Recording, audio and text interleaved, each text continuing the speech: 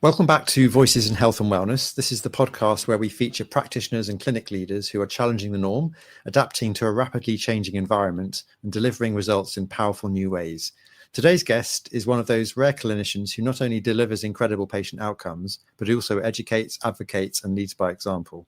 So I'm really delighted today to be joined by Dr. Kelly Blodgett, a pioneer in the field of biological and integrative dentistry. He's the founder of Blodgett Dental Care in Portland, Oregon, where the focus isn't just on fixing teeth, but understanding on how oral health impacts the entire body and mind. He's known globally for his transparency in clinical care, deep patient trust, and an educational approach that's redefining what dental wellness can look like. So, Kelly, thank you very much for your time and joining us on the show this afternoon. Thank you, Andrew. I appreciate it. This will be a lot of fun.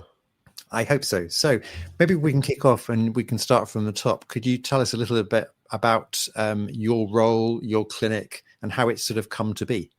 Yeah, absolutely. So I actually bought the practice back in 2001 from a guy I'd known for years.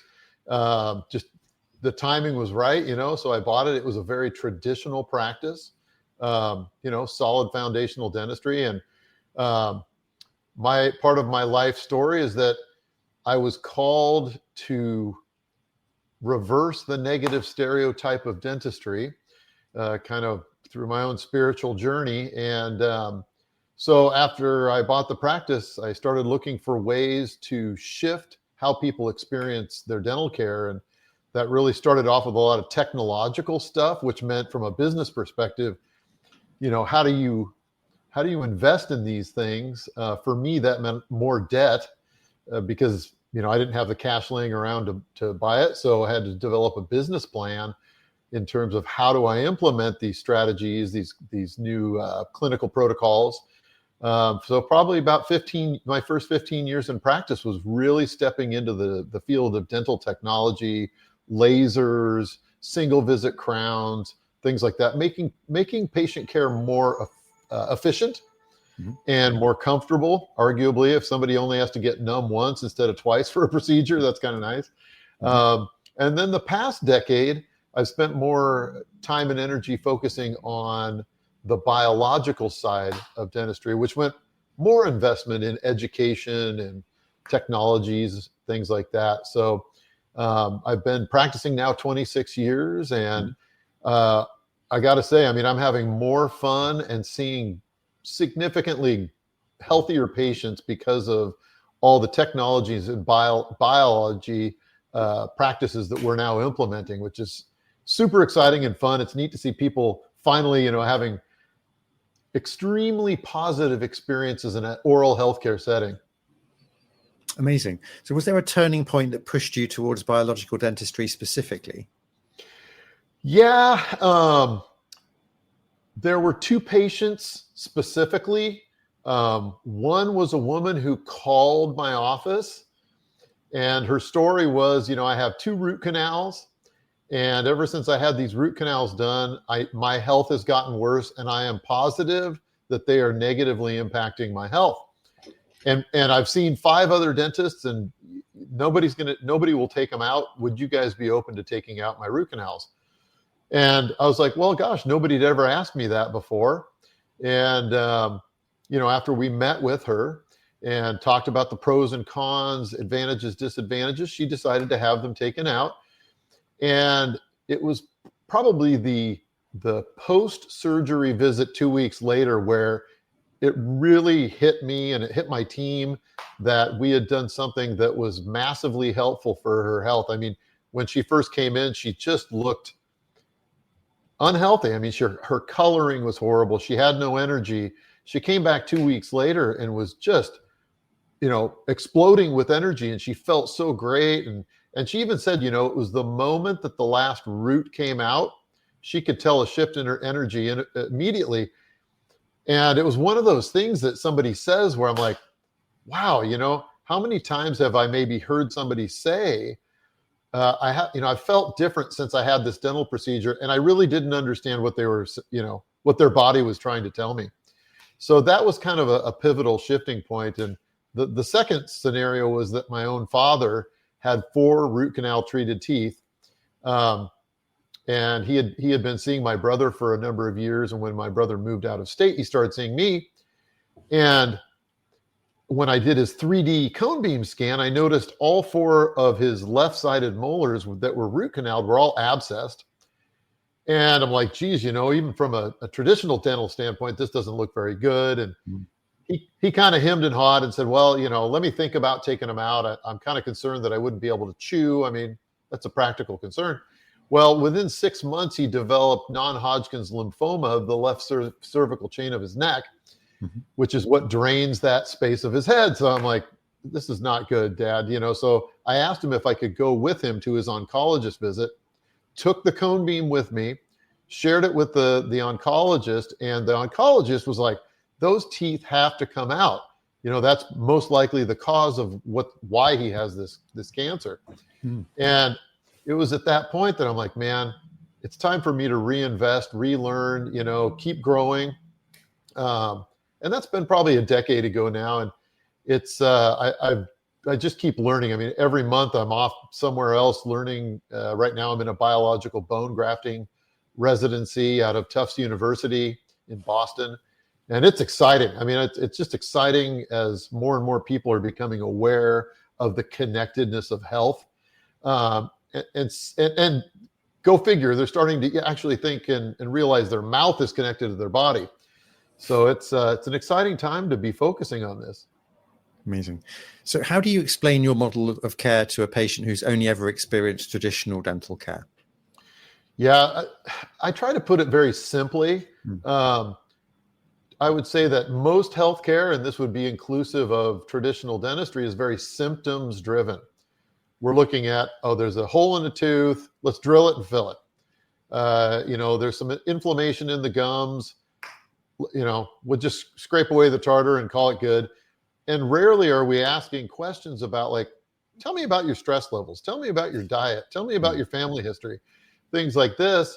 So in comparison, instead of being symptomatically driven, I would say that biological and holistic approaches to oral health is more systems driven, looking at whole health, like your gastrointestinal system, your nervous system, even your mindset, what you tell yourself about your own health and your body's ability to be healthy. That's the primary differentiator, in my opinion. And most people who want to pursue optimal health really understand that perspective. Got it. And what shifts are you seeing in the dental field in general? I mean, especially as I guess more patients are seeking out the more wellness orientated care. What are you noticing? Yeah, good question. I would say that I think like dental materials and root canals are becoming something that, thankfully there's a lot of mainstream, big social media people who are, finally saying, gosh, maybe these root canals aren't so great, and it's not to say that every root canal is the worst thing in the world. I mean, there are appropriate times for it, of course, but you can't kill a tooth and leave a dead infected organ sitting in living bone and not have your body respond to it. So I think the word through social media, through podcasts like what you're doing, which I applaud that you're doing this, is so helpful to spread the word. People are becoming aware and they're starting to think more critically. I think, going through the COVID experience as a global experience was a great time for people to start thinking about how can I optimize my own body health and energetic health so that I'm best prepared when things like, scary viruses and stuff like that come around. The word's just getting out. And there are more things to come. I mean, as I mentioned, I'm doing this bone health and bone grafting continuum right now. That's something which really has not yet hit the main social media stage, but it will be. Certainly, it's going to be a big part of my social media communication over the next year. But yeah, people are becoming more aware, which is it's great. I mean, people come to me and they're like, I want help. And it's like, that's so much easier to help somebody who was ready for it and prepared for it emotionally and physically than when we see something and say, hey, I see a problem, but they're not yet aware. So are people I guess people are coming to you more informed, or are they more confused than before? Because with all this sort of information and what have you out there? Definitely more informed. Part of what has, from a business standpoint, one of the most valuable changes I made in my practice 7.5 years ago is I hired a woman named Heidi, who is an excellent communicator, and I created a position which I call my new patient coordinator. So her primary role is to communicate via phone and email with people who are seeking our practice. And honestly, I mean, we probably give more people the names of other practices that can be helpful because they're calling from around the world, So if they're in the UK, I know probably 3 good practices there where I can say, well, we've had people go to these practices and had great experiences. Most of the people who come through my front door as a new patient, they've already listened to, a dozen podcasts I've been on. They've read through my website. They've, just gathered so much information, and they've allowed themselves to acknowledge that what they feel intuitively has value for them. So yeah, I mean, people who are, generally speaking, people who come to us are ready to move forward with getting healthier. Very cool. You sound like you're very technologically focused. You've talked about a lot of kit that you have. How is it sort of changing the way that you diagnose and educate patients with the kit that you have? Yeah. Well, I would say, I mean, gosh, the extent of technological integration I've done over the last 25 years is crazy. What it allows for us to do, both from a patient communication and education side and a treatment side, it allows for much greater, what's the word I'm looking for? Like integration of the patient. So like to take a step back, one of the things we changed 5 years ago was we stopped doing all clinical care 1 day a week, and we made it exclusively a day for new patients. So every Monday in my practice is a new patient day. That's all we do on Mondays. And we extended the amount of time of each one of those experiences to 2 hours so that we have plenty of time. There's no compressed time around having that initial conversation of learning their story. What is it that they've experienced? What are their goals? What do they hope to feel like, in a year or 2 years or 5 years or whatever? And as it relates to gathering clinical data, 3-dimensional cone beam CT scans, full patient photography with, DSLR cameras so that they can see exactly what I see. We're kind of erasing the experience of mystery that most people experience when they go to a dentist. A dentist tells them, oh, you got a cavity and a crack in a tooth and you need a filling and a crown. And they have no context for it. They can't see it. They don't understand it. They're just going by trusting the dentist. Whereas we integrate the patient into the experience. They become knowledgeable and informed. So those kind of technologies that make things more visible, I think, have really helped patients feel comfortable with what they're saying yes to doing. On the treatment side, because of the fact that I can print teeth, I can mill teeth, I can, use surgical guides, so I'm not guessing where I'm putting implants when I'm replacing teeth. I can, really rejuvenate a mouth in one visit, with a patient who's working with a dental anesthesiologist. They can take a nap, they can wake up, their oral health is revived. And it's pretty magical when we actually take control of not doing just a tooth or two, but removing all sources of infection and energetic disruption. We see people who, like, literally, they might be coming in a wheelchair because they can't walk, their body's so fatigued. And the next day they walk in on their own 2 feet for their post-op visit. it's pretty magical. But admittedly, it has taken a ridiculous amount of time and energy and money to stick with it. I'm pretty geeky about this stuff, I guess, but it's a ton of fun. Sounds amazing. What do you think? What do you wish more of your peers could understand about patient education? Perhaps those in the traditional dental sector, because obviously you're more enlightened. You have a much more integrated, holistic approach. But what would you wish more of your peers could understand? I think thank you. That is a great question. I wish that they understood the difference between telling somebody something and asking them something. So what that looks like in the communication style that I built in my practice is, we start with the question, what are your goals for your dental health, your oral health, and your whole body health? What would you like to see be different in the future than it is today? And so when somebody can clarify for us, these are the things that I want to experience, and these are the dental, things I'd like done, then we are merely facilitating the solutions to the issues they're already saying they want to change.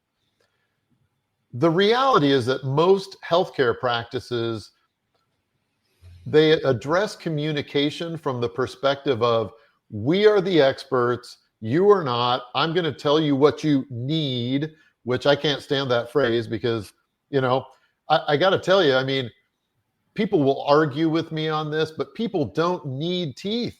I have patients with dentures, and they're really nice people and they live a good life. So, you can function in life without a set of teeth. Obviously, it's ideal to keep them, if you can.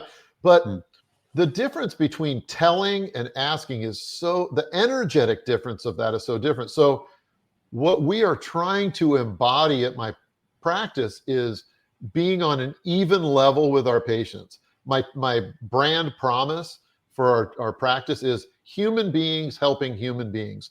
We are no different than any other person coming in here. We have obviously some very unique and specified knowledge and experience in dental health that's biologically based, but I'm not an expert in that human being. They're the expert in themselves.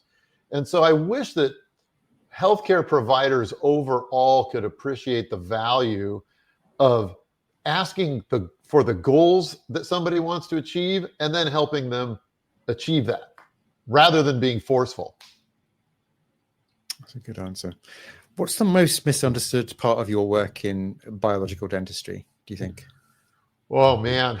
Well, mostly it's from other dental providers who have yet to understand that all that stuff they learned their first 2 years of dental school, biology, biochemistry, microbiology, physics, that all of that actually matters. When we leave infected teeth in living jawbone, your immune system will understand that, and it will have an impact on a person's health. To think otherwise is, in my opinion, just crazy. But, there are recognized expert bodies, American Dental Association, the American Association of Endodontists, where they're still clinging to the idea that putting mercury in a person's mouth can be healthy, or that leaving infected teeth in a person's head is safe. And they'll use the phrasing that is like, well, the people who say that root canals aren't healthy, that science has been discredited. They're not saying that it's not true. They're just saying that we as the authority is saying that we don't give credence to that. And I think it's unfortunate. But I think that over time, when we look at how change occurs, we understand that due to the psycho-emotional issues of all human beings, most people want to resist change until so many people have gotten moving that then we go, oh, well, of course, we already knew that, So I wish I could say that in the next 5 to 10 years, a more biologically minded approach to oral health would really, everybody get on board. Sadly, I don't imagine it'll happen in my professional career, but I'm hopeful that I've seen today, compared to 10 years ago when I started on this journey, more and more dentists starting to show up, more and more dentists pinging me on my social media accounts to say, hey, I see what you're doing there. I'm kind of curious, where could I start reading books and learning about this? So, I think that's hopeful. The day that dental schools start actually recognizing how important a biologically minded approach to oral health care is important, I think that'll be really cool. And a couple of, at least Tufts University in Boston is starting to offer some biologically based classes. So, that's forward progress. It's forward progress, but I guess there is still a block. What do you think the block is? Why are they so behind? Why is there such reluctance to introduce this into education? Well, my belief is, and keeping in mind my educational background was in psychology. I originally thought I wanted to be a psychologist. So I spent a lot of time, learning about communication and how the mind works and how our personality styles impact our thinking. I think that, and I remember this 20 plus years ago when I was first out doing lectures about lasers and why technologies could be an advantage to clinical care. What I would run into is dentists who would say, well, if I bring in something new, aren't some of my patients going to feel like, well, I wasn't doing it right before then? And I'm like, well, no, I think, this is my belief. I'm not basing this on anything else except for my belief. My belief is that most human beings who come to healthcare providers, they trust that you are in a continuous state of growth and progress. And they understand that next year you might do something a little differently than you did this year because you're growing and learning. That's what I think people perceive about healthcare providers. But most dentists, that's my arena, right? Most dentists share a common personality trait. They're introverted. They like to have a very strict set of rules. They want to be an expert and recognized as an expert in that set of rules. So when you change the rules, that can be quite disruptive to how they feel about and perceive themselves professionally. Mm-hmm. So it's hard when the people that are being admitted into these dental programs are already hardwired to be resistant to change. That makes change challenging. So that's why progress is so slow. I understand. So what's going really well for you in your practice right now? Is there anything you're particularly proud of lately? Oh man, yeah, I would say the first thing I'm most excited about is the extent of health shifts that we are observing for people.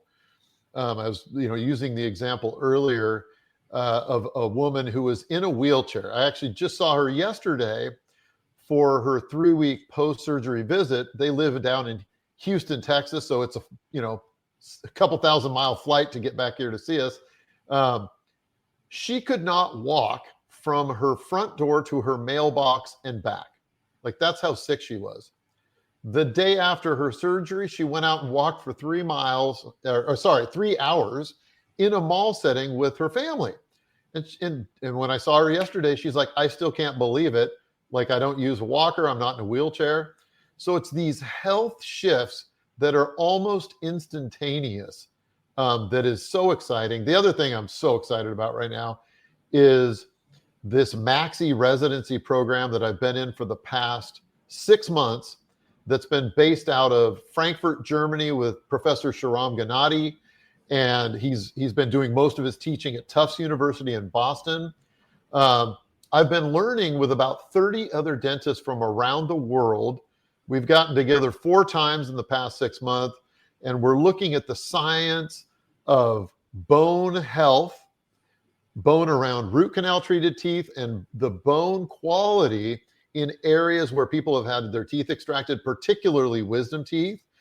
And we're looking at how well, first of all, how unhealthy the bone is in these areas, and how much disease it's causing systemically, and how we're able to help those people to heal and hopefully, in the future, avoid so many systemic health illnesses. I'm really excited about where that's going across the profession. So those couple things I think are top of mind. Brilliant. On the flip side, what's been frustrating or challenges that you're trying to navigate at the moment in your practice? Oh, man. Probably trying to find an associate dentist who wants to come in and partner with me. Admittedly, I'm doing this stuff 24/7. I don't stop. I mean, it's how I'm wired. I've only been home, I think, 3 weekends this year so far, because I'm always out at classes and teaching classes and taking classes and whatever. And I'd love to have a partner, like bring in an associate who I can grow and they can become part of it, so that we can help more people. Because when I'm gone, the practice stops, right?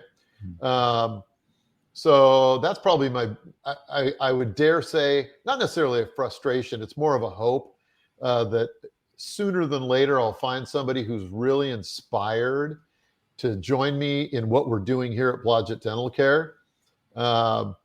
Yeah, that's probably my thought on that. Moreover, the profession and what we're doing I'm really inspired. I have probably one of the best teams in the world. Like, my team is just amazing. They're so committed. They'll stay here as many hours as it takes to get a person healed, and it's super cool. So what's the challenge in finding this person then? What's the block? Good question. One, the perception of Portland, Oregon. During COVID, I don't know if this stuff reached the UK, but our city was on the news all the time. It's kind of a polarizing city. It's very left wing, and my practice isn't about one wing or the other. We're just about health and love and wellness. But a lot of people who are truth seekers, they have a negative perception of the city. I've had a number of dentists come and they shadow me for a couple days or for a whole week, and they love it. But they're like, I just don't know if I could see living in Portland. The other thing is just what I'm observing actually is a lot of young people, college students, dental students. They're really inspired by what I'm doing. So maybe in 3 to 5 years, there will be a crop of people who are coming out of school understanding they're saddled with crazy amounts of debt. My goal would be to help them come into a space where they can have the best of both worlds. They can make a good living. They can pay off their debts. They can also be doing the very highest level of biologically based dental care and still make a great living. It's absolutely possible. Got it. Are there any challenges from the operational side of your practice that you kind of battle with? Well, not anymore. So for the first 20 years of my practice, I was kind of wearing a lot of hats. I would come in on one Sunday a month and I'd pay all the bills. And, I was the team manager and just wearing all these hats. My wife came into my practice a little over 4 years ago, and she has an incredible skill set that is so different than mine. She is very operationally driven. So in the past 4 years, she's helped our business really get set on checklists and protocols so that my team members can step in. They know what's expected. They literally will have a checklist. And so we've objectified a lot more so that systems run more smoothly. And frankly, I'm then left to get to do the things I love doing, which is patient care. So I'd say systems wise now, that's pretty much the thing. The other challenge I would say, and this is a very real thing right now, is that because the phrases biological dentistry, holistic dentistry have become at this point, it's almost meaningless because so many dentists, they see it, oh, there's this opportunity to start using a phrase that somebody else is using, and they start calling themselves biological or holistic or whatever, yet they don't really change anything about their practice style, but they're using it for their Google SEO. Yeah. That's probably a frustration because, people oftentimes, they take the information they glean from me and then they go to Dr. Joe Blow's practice, who says they're biological, and they're like still recommending root canals. So that's kind of a challenge because there's so many practices using these phrases right now. I will say this on an upside, I'm an eternal optimist, so I can't help but see the upsides of things. That there are people like Domain Nischwitz out of Germany who's doing a lot of work right now trying to create a global standard for biological dentistry. And, I love that guy. He's a good friend, and I really applaud and support what he's doing. There are many of us who are helping him do that.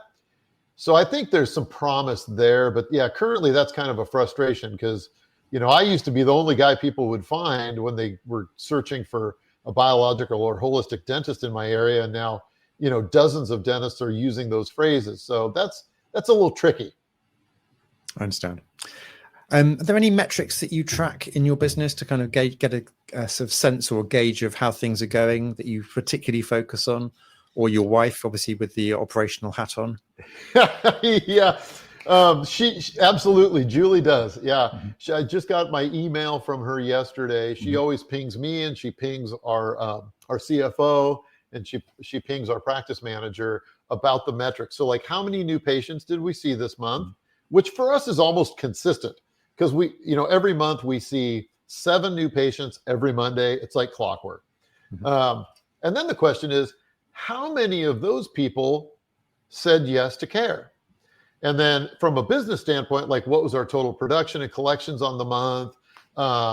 Things like that. I'm happy to say, May of this year was better than May of 2024, and 24 was better than 23.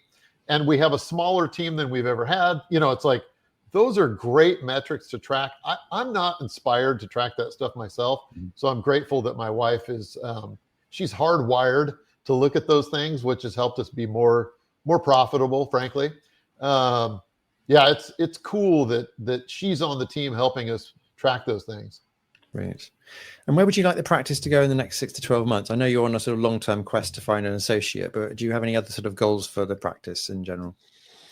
Yeah, right now, I would say we've kind of ramped up to a level where I have this one, in my opinion, it's the perfect balance of I'm doing the exact kind of clinical care that I love doing and that I know is beneficial to people's health. And I have the flexibility to travel and go do talks and take classes. So what we're really focusing on right now in terms of continuing to grow over the next 12 months is those single visit care days. So my ideal Tuesdays and Wednesdays, which are my major clinical care days, my favorite day is I just see one patient. We work with an anesthesiologist, they take a nap, they wake up, it's done. And they start healing. So probably usually I'm doing one of those a week. I think in the next 12 months, if I could get to where I'm doing, that's the only thing I do Tuesday and Wednesday. For me, even though it's incredibly intense and takes many hours to do, like I'm wired for that. And I find it relaxing. I literally make a checklist for everything that I'm doing the night before. So we know exactly what we're doing. It just feels like listening to a symphony. It's all just beautifully orchestrated. I've got the right people on the team.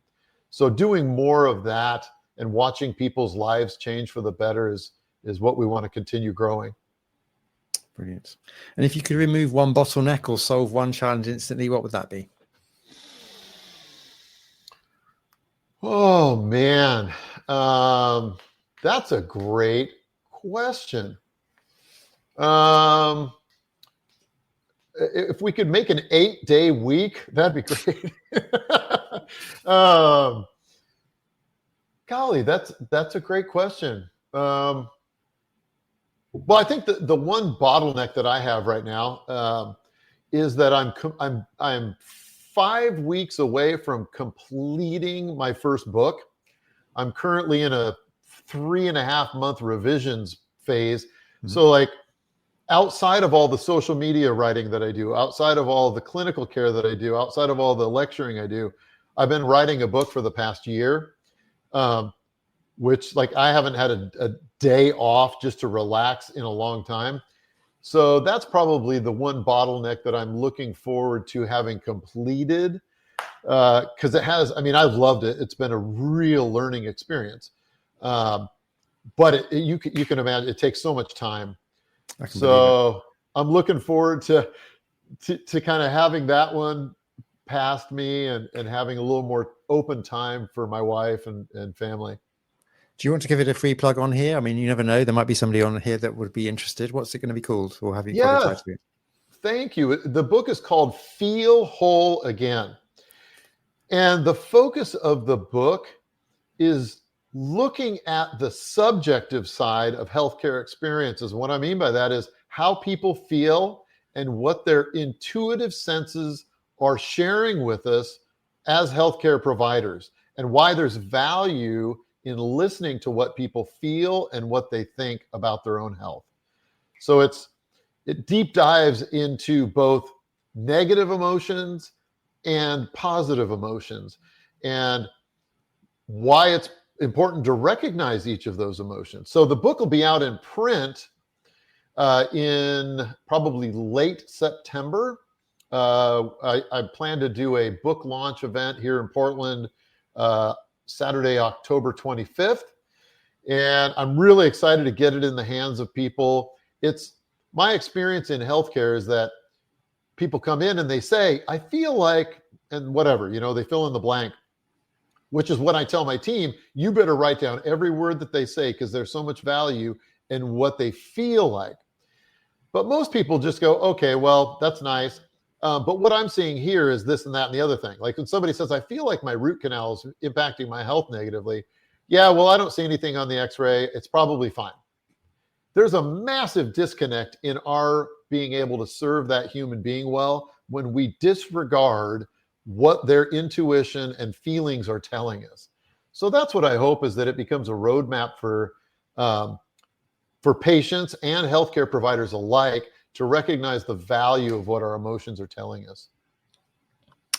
Kelly, this has been fantastic. Thank you so much for being so open and insightful. I know our audience will take away a lot from your perspective, your philosophy, your work ethic. Thank you so much for your time this afternoon. I really appreciate it. Thank you, Andrew.